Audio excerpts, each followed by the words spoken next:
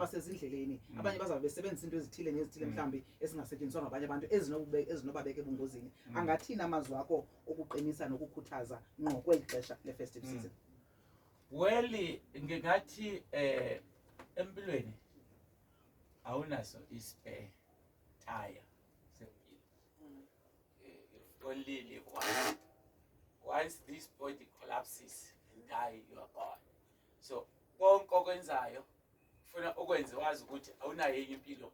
This is the life that you have. This is the body that God has given you. So whatsoever you do, is it going to sustain you ukuya phambili? Iza kufikisa yini la ufuna ukuthi ufike khona? Number 2, akekho umuntu ongenanto uNkulunkulu amnikeze yona. Ukuthi sonke siyayisibone umuntu aphumelele endaweni ethile bese sifuna ukuyophumelela khona, kanti kunento yakho uNkulunkulu specifically ayinikeze wena.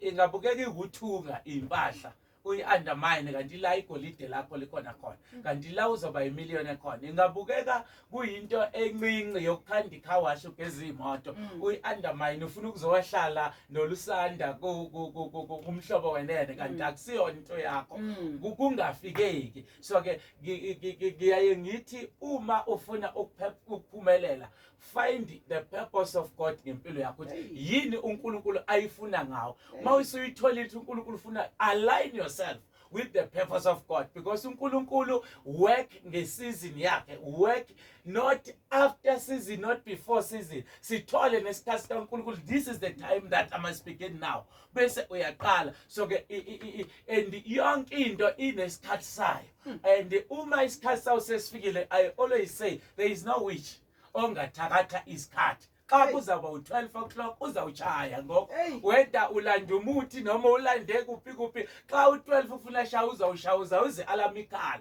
So xa isikhathi sakho sesifikile, akekho yawuvimba ixesha lakho. So kubalekile ukuthi themba uNkulunkulu, uhlale uNkulunkulu, ukuthi abantu bathatha ukuthi uNkulunkulu is a stranger to them, and is their friend. Umuntu osizwayo, siphila naye, somebody uhlala ngaphakathi kithi. So akusiwo umuntu ukuthi when you speak to God, uNkulunkulu uyakuzwa. It's just that kwesinye isikhathi kusuke ngekho ngelo xesha. Then number 3, ngoba kuyisikhathi seChristmas, ecaweni yethu siyaye sisithi siyayivala icawa, abahambe abazalwane bayohlala nemindeni yabo, because this is a precious time for a family. La khona labaxabene khona kuhlale phansi kubuyiswane emakhaya, because ngingahlala lapha eJozi ngibe yi-celebrity, ngibe mkhulu, the day indilele phaya esibhedlela kuthiwe ngicishile, kuzawuthiwa iphi family yakhe.